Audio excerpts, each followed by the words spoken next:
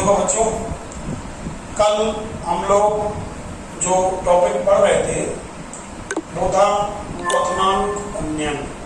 क्वथनांक उन्नयन। अब हम लोगों ने ये पढ़ा था कि जब किसी विलायक में किसी आवासशील विलेय या किसी विद्युत अनवघट को मिलाकर उसके विलयन का निर्माण किया जाता है तो इस प्रक्रिया में सदैव उसके क्वथनांक में कुछ ना कुछ वृद्धि हो जाती है और क्वथनांक में होने वाली इस वृद्धि को हम उस विलयन का क्वथनांक उन्नयन कहते हैं। क्या कहते हैं? क्वथनांक उन्नयन कहते हैं। क्लियर? सुनो, कल हमने आपको क्वथनांक उन्नयन का रीजन भी बताया था कि क्वथनांक में वृद्धि आखिरकार क्यों होती है। आज का जो हमारा टॉपिक है वो है मोलल क्वथनांक उन्नयन स्थिरांक। ठीक है, और दूसरा है मोलर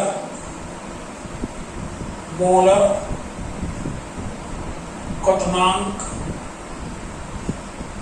उन्नयन स्थिरांक। ये है हमारा आज का टॉपिक। एक है मोलर क्वथनांक उन्नयन स्थिरांक, एक है मोलर क्वथनांक उन्नयन स्थिरांक। ठीक है, इसको हम लोग के या K100 से लिखकर प्रदर्शित करते हैं और इसको हम लोग KB या K1000 से लिखकर क्या करते हैं? प्रदर्शित करते हैं। ठीक है, तो जैसे ये है ना, इसमें हमें विलायक की मात्रा लेनी है 100 ग्राम। विलायक की मात्रा कितनी लेनी है? 100 ग्राम। और जो आवासशील विलेय है, आवासशील विलेय की हमें 1 मोल मात्रा को क्या करना है? घोलना है। ठीक है, तो ये हो गया। मोलर वाले में हमें विलायक की मात्रा लेनी है 1000 ग्राम। विलायक की मात्रा कितनी लेनी है? 1000 ग्राम। और आवासशील विलेय की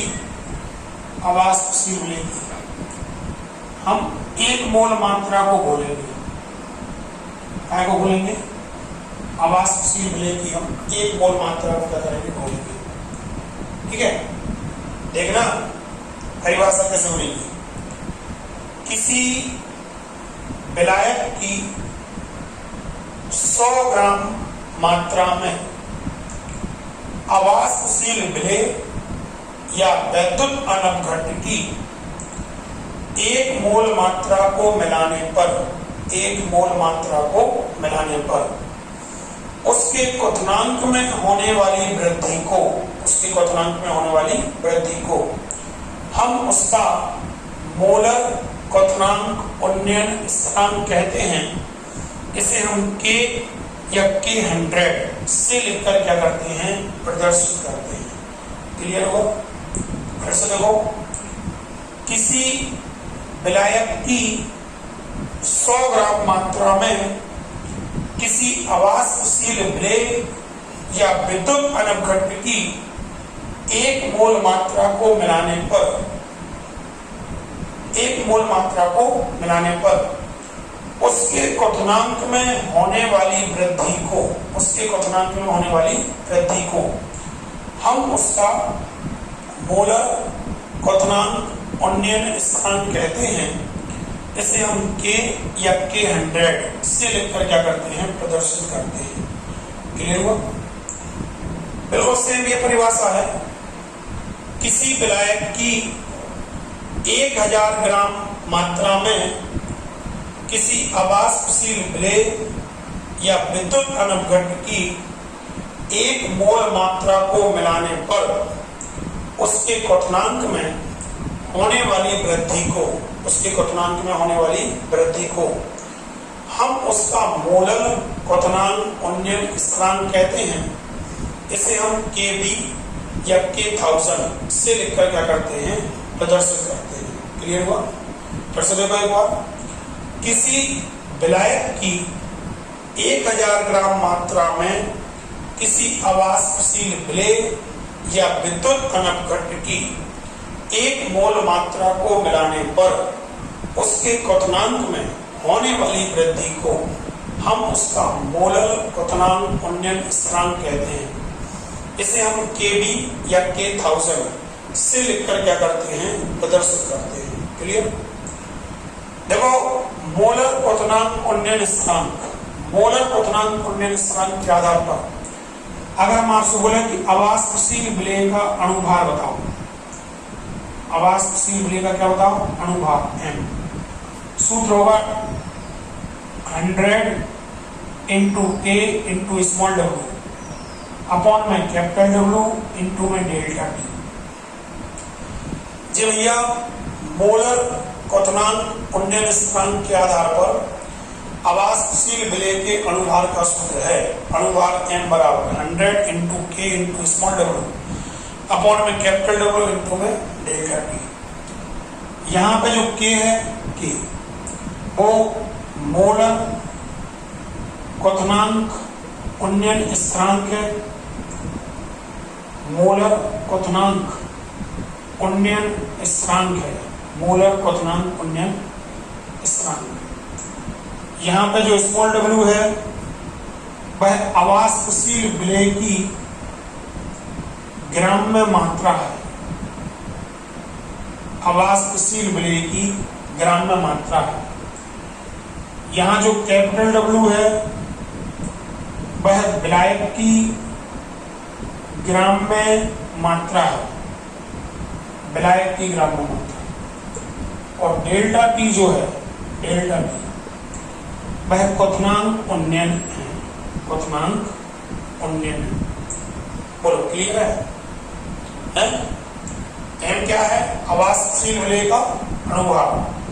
K क्या है, मोलर क्वथनांक उन्नयन स्थिरांक। स्मॉल w क्या है, विलेय की ग्राम में मात्रा। कैपिटल W क्या है, विलायक की ग्राम में मात्रा। डेल्टा T क्या है, क्वथनांक उन्नयन। ठीक है?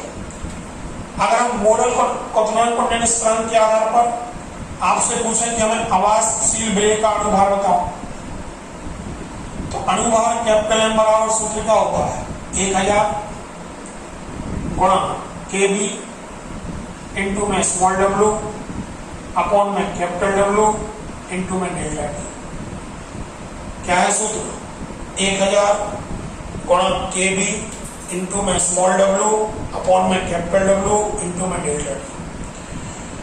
यहाँ पे जो Kb है वो है मोलर क्वथनांक उन्नयन स्थिरांक, मोलर क्वथनांक उन्नयन स्थिरांक। स्मॉल w जो है वो विलेय की ग्राम में मात्रा है, कैपिटल W जो है वो विलायक की ग्राम में मात्रा है, डेल्टा T जो है वो क्वथनांक उन्नयन है, क्वथनांक उन्नयन है। बोलो, क्लियर है? हो जाएगा? ठीक। अब जो हमारा नेक्स्ट टॉपिक यहाँ पे है, नेक्स्ट टॉपिक है हमारा क्वथनांक उन्नयन को ज्ञात करने की विधियां, क्वथनांक उन्नयन को ज्ञात करने की विधियां।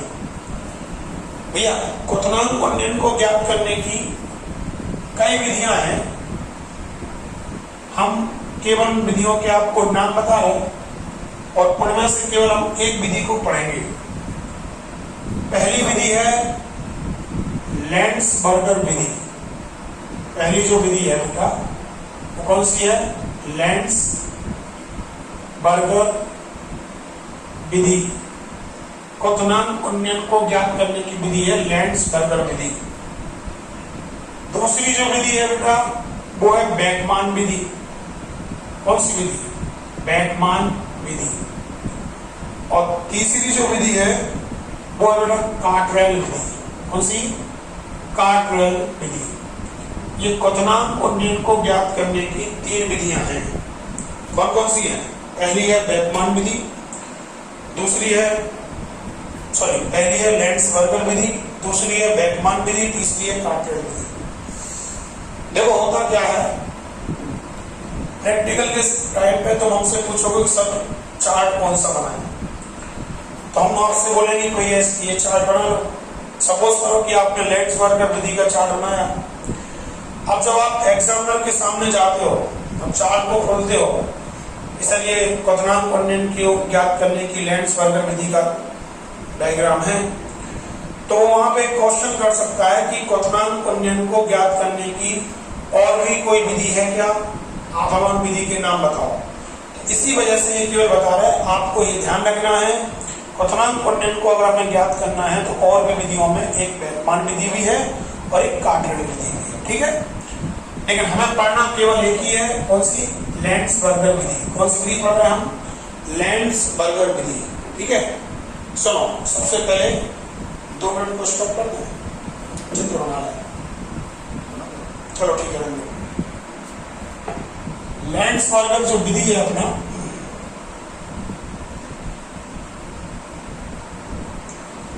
इस विधि के द्वारा क्वथनांक उन्नयन को ज्ञात करने के लिए सबसे पहले हम एक कांच की बनी हुई क्वथन नली को लेते हैं। सबसे पहले हम कांच की बनी हुई क्या लेते हैं बेटा, क्वथन नली को लेते हैं।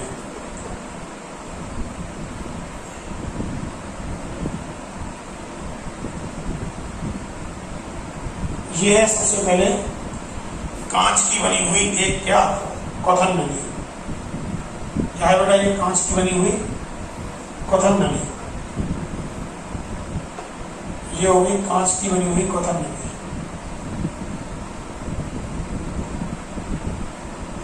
ठीक है, इस क्वथन नली में हमने एक बेकमान का तापमापी लगा दिया।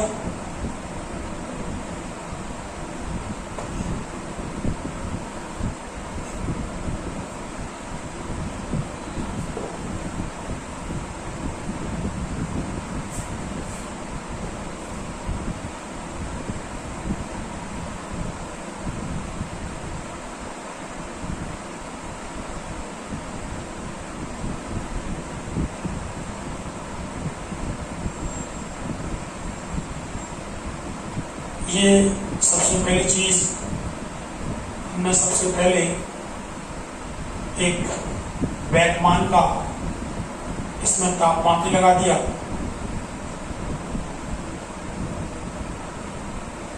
ये वास्तव में तापमापी ना होकर एक तापांतर मापी है। क्या है, तापांतर मापी। इसकी सहायता से हम 0.01 डिग्री तक के ताप को सही क्या कर सकते हैं, माप सकते हैं। ये इसकी विशेषता है ना। अब इसी में हम लोग क्या करेंगे, बिलोडक को डाल देंगे। किसको डाल देंगे, बिलोडक। इसी में हमने क्या कर दिया बेटा, बिलोडक को डाल दिया। ये बिलोडक हो गया। बिलोडक बेटा एक चम्मच की जैसी संरचना होती है। इसके चम्मच की जैसी तार की बनी हुई एक चम्मच की जैसी संरचना होगी। ये लंबा सा तार है, इसका हिस्सा चौड़ा है चम्मच की जैसा। चम्मच की जैसी क्या होती है, संरचना होती है। अब इसी में हम एक कांच की बनी हुई नली को भी डाल दे रहे हैं। इसी में हमने क्या कर दिया बेटा, कांच की बनी हुई एक नली को भी इसमें क्या कर दिया, डाल दिया। तो ये लो, हमने इसी में कांच की बनी हुई एक नली को डाल दिया। ठीक है, ये जो कांच की बनी हुई नली है, इस नली का जो सिरा है वो छिद्रयुक्त बल्ब के नुमा होता है। कैसा होता है, छिद्रयुक्त बल्ब के नुमा। तो ये देखो, इस नली का जो सिरा है ये वाला, ये छिद्रयुक्त बल्ब के नुमा है। इस सिरे को हम लोग रोज हेड कहते हैं। क्या कहते हैं, रोज हेड। ठीक है भैया, ये जो कांच की नली है, सॉरी, ये जो निकास नली है, निकास नली, इसका संबंध हम लोग जल से भरे हुए एक बीकर से कर देते हैं। कैसे कर देते हैं? जल से भरे हुए बीकर से। ये देखो, ये हमने एक जल से भरा हुआ बीकर बना दिया। इसका संबंध हम लोग एक जल से भरे हुए बीकर से कर देते हैं।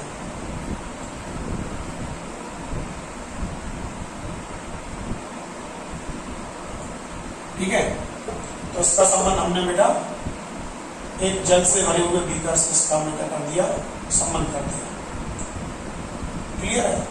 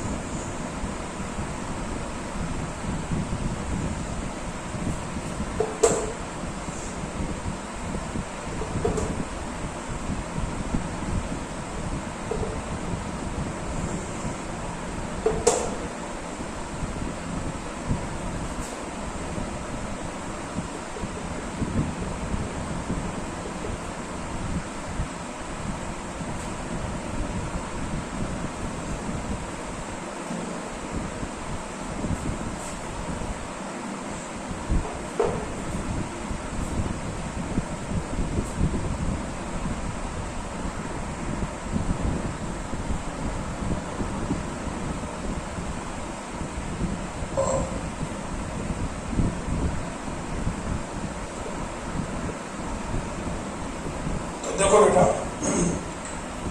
अपन लोग पढ़ रहे थे क्वथनांक उन्नयन को ज्ञात करने की लेंस-बर्गर विधि। हमने तो थोड़ा सा आपको बताया था। हमने आपको बताया था कि इस विधि में लिए गए उपकरण में सबसे पहली चीज तो ये जो आप अंदर की ओर देख रहे हैं, ये कांच की बनी हुई एक नली होती है।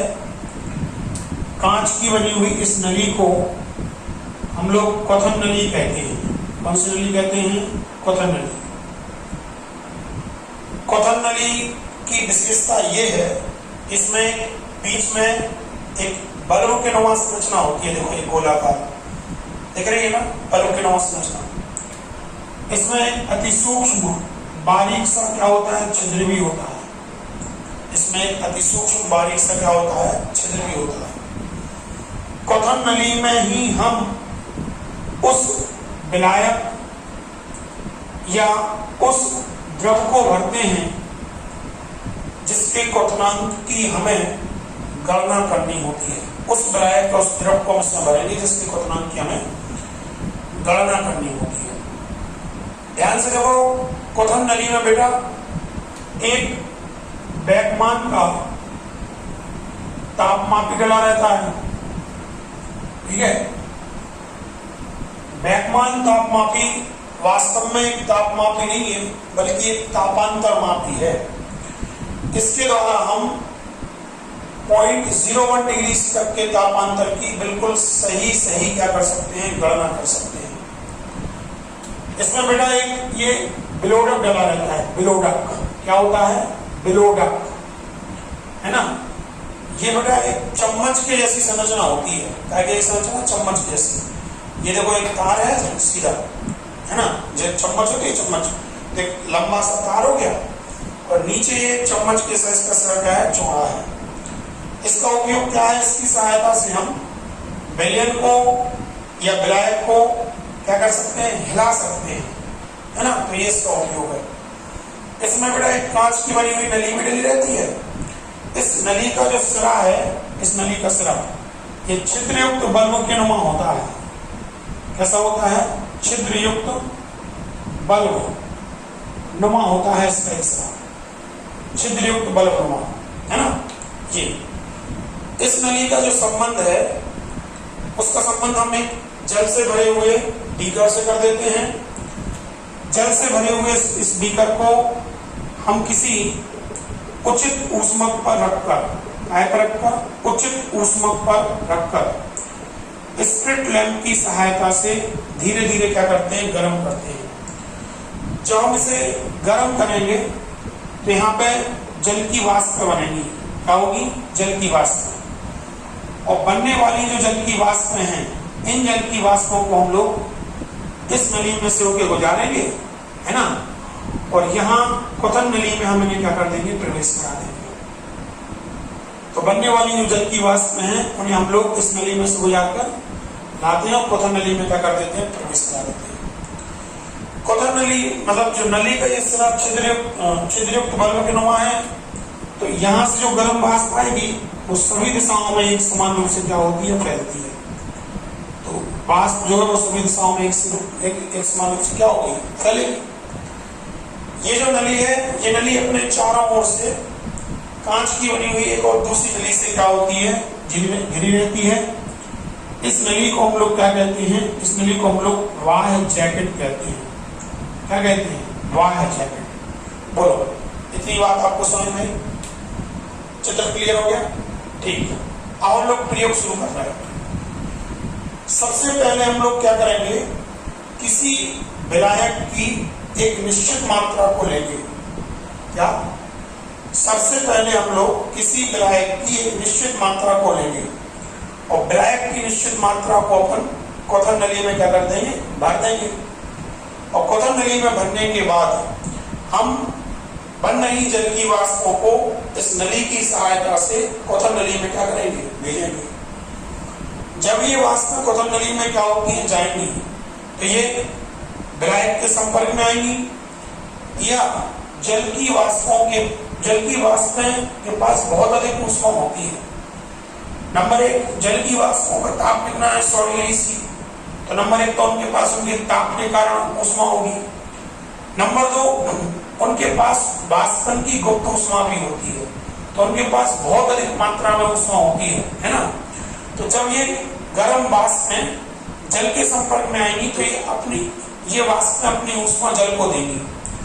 जब ये वाष्प अपनी ऊष्मा जल को देंगी तो जल क्या होगा? धीरे धीरे गर्म होगा।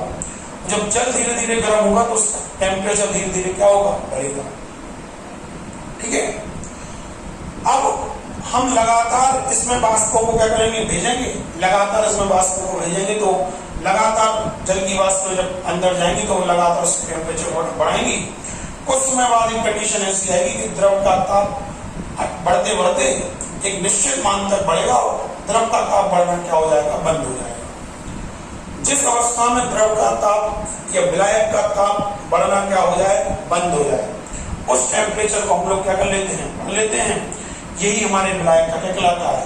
क्वथनांक कहलाता है। तो इस तरीके से हम अपने विलायक के क्वथनांक की क्या कर लेते हैं? गणना कर लेते हैं। इसके बाद हम क्या करेंगे? पूरे उपकरण को हमने जो का तो पहले ठंडा किया, है ना। ठंडा करने के बाद हम इसमें किसी अवाष्पशील ब्लेड या विद्युत अनवघटित थोड़ी सी मात्रा को इसमें क्या करेंगे? मिलाएंगे, या निश्चित मात्रा को इसमें क्या करेंगे? मिलाएंगे और उसे विलोड़क की सहायता से क्या करेंगे? हिलाएंगे। विलोड़क की सहायता से हिलाकर हम उसके विलयन का यहाँ क्या कर लेंगे? निर्माण कर लेंगे। उसके विलयन का यहाँ क्या कर लेंगे? निर्माण कर लेंगे। अब इसके बाद हम पुनः इसमें जल की वाष्पों को क्या करेंगे? भेजेंगे। जल की वाष्प फिर से जब जाएंगी तो रोज हैंड में से निकलेंगी तो सभी दिशाओं में फैलेंगी और विलयन के ताप को धीरे धीरे क्या करेंगे? बढ़ाएंगे। जब विलयन का टेम्परेचर धीरे धीरे बढ़ेगा तो कुछ समय बाद एक अवस्था ऐसी आएगी कि टेम्परेचर का बढ़ना क्या हो जाएगा? बंद हो जाएगा। जिस अवस्था में ताप का बढ़ना क्या हो जाए? बंद हो जाए, वही हमारे विलयन का क्या कहलाता है? क्वथनांक कहलाता है। तो इस तरीके से हमने पहले विलायक के क्वथनांक की गणना कर ली। काय की क्वथनांक? विलायक का क्वथनांक सपोज प्रॉपर्टी है। फिर बाद में हमने विलयन के क्वथनांक की गणना कर ली। विलयन का क्वथनांक सपोज प्रॉपर्टी कितना है? पीएस है। इन दोनों की क्वथनांक की गणना करने के बाद हम क्वथनांक उन्नयन डेल्टा टी की क्या कर सकते हैं? गणना कर सकते हैं। विलयन का जो क्वथनांक होता है वो विलायक के क्वथनांक से प्राय अधिक होता है, अतः हम विलयन के क्वथनांक में से विलायक के क्वथनांक को हटाकर क्वथनांक उन्नयन की क्या कर सकते हैं? गणना कर सकते हैं, है ना। तो इस तरीके से हम लेंस-बर्गर विधि के द्वारा क्वथनांक उन्नयन के मान की क्या करते हैं? गणना करते हैं। इसमें एक चीज बताना चाहिए मैं आपको, यहाँ पे जब आप गर्म करोगे तो हो सकता है कुछ जल की वाष्प बनेगी। जो जल की वाष्प बनेगी वो इस छिद्र में से होकर क्या होगी, बाहर निकलेंगी। और जो जल की वाष्प छिद्र में से बाहर निकलेंगी वो चारों ओर जो ये बाह्य जैकेट है उसी के अंदर अंदर यहाँ क्या हो जाएंगी, भर जाएंगी। और ये जल की वाष्प भी काय का काम करेंगी, क्वथन नली में भरे हुए जल को गर्म करने का कार्य करेंगी। और जो अतिरिक्त जल की वाष्प हैं वो द्रव की बूंदों में परिवर्तित होकर यहाँ नली से क्या हो जाएंगी, बाहर हो जाएंगी। तो इस तरीके से बेटा हम लोग लेंस-बर्गर विधि के द्वारा क्वथनांक और उन्नयन के मान की क्या कर सकते हैं, गणना कर सकते हैं। बोलो आपको ये चीज क्लियर हुई? ठीक है, चलो अब हमारा जो नेक्स्ट टॉपिक है वो है हेमांक अवनमन। क्या है? हेमांक अवनमन। ध्यान देना,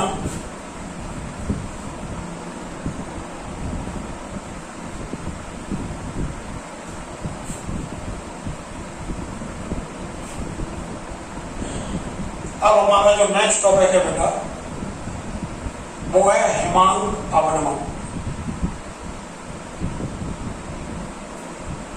ध्यान दो, सबसे पहले अपन लोग बात करें हेमांक की। क्या की? हेमांक की। हेमांक किसी द्रव का वह न्यूनतम से न्यूनतम ताप है, न्यूनतम से न्यूनतम ताप है जिस पर वह द्रव अपनी द्रव अवस्था को छोड़कर ठोस की अवस्था में परिवर्तित होना क्या कर देता है, परिवर्तित कर देता है। उसका वह न्यूनतम ताप क्या कहलाता है, उस द्रव का हेमांक कहलाता है।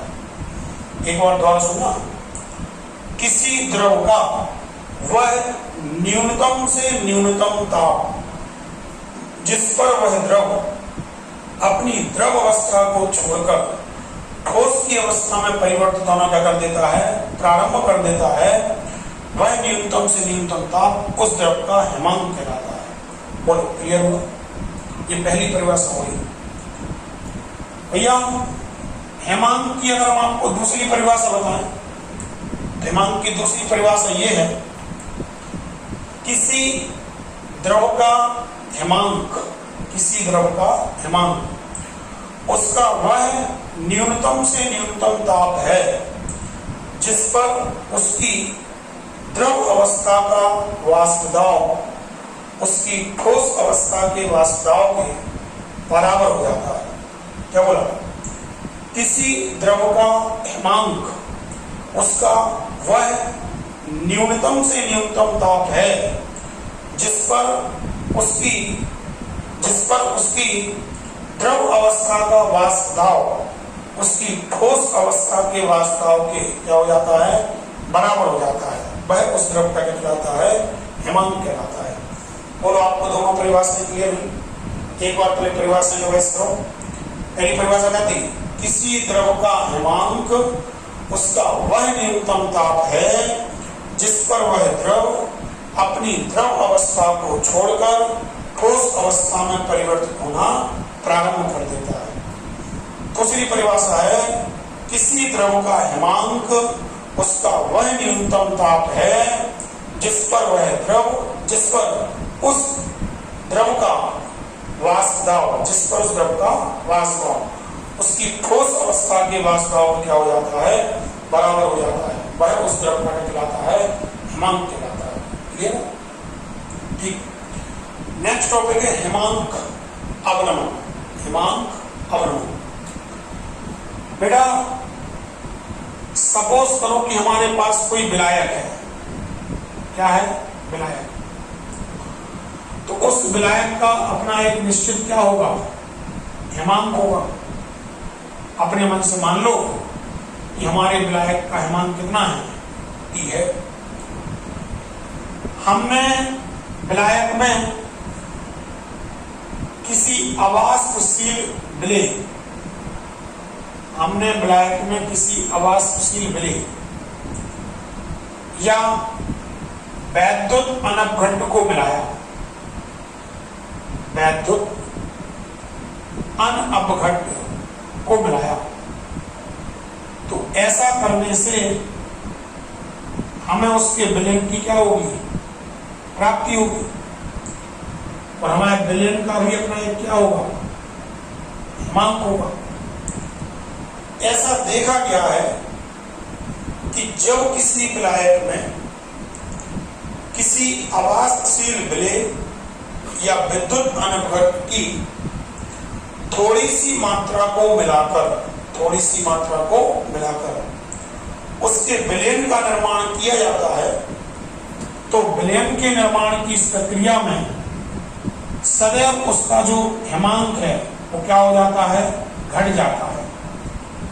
सदैव उसका जो हिमांक है वो क्या हो जाता है, घट जाता है। और हिमांक में आने वाली इस कमी को ही हम उस विलयन का क्या कहते हैं, हिमांक अवनमन कहते हैं। क्या कहते हैं, हिमांक अवनमन कहते हैं। दोबारा सुनना, जब किसी विलायक में किसी आवासशील विलेय या वैद्युत अनुघट्ट की थोड़ी सी मात्रा को मिलाकर उसके विलयन का निर्माण किया जाता है, तो विलयन के निर्माण की इस प्रक्रिया में सदैव उसके हिमांक में कुछ ना कुछ क्या आ जाती है, कमी आ जाती है। और हिमांक में आने वाली इस कमी को ही हम लोग क्या कहते हैं, हिमांक अवनमन कहते हैं। इसे हम डेल्टा टी से लिखकर क्या करते हैं, प्रदर्शित करते हैं। हिमांक अवनमन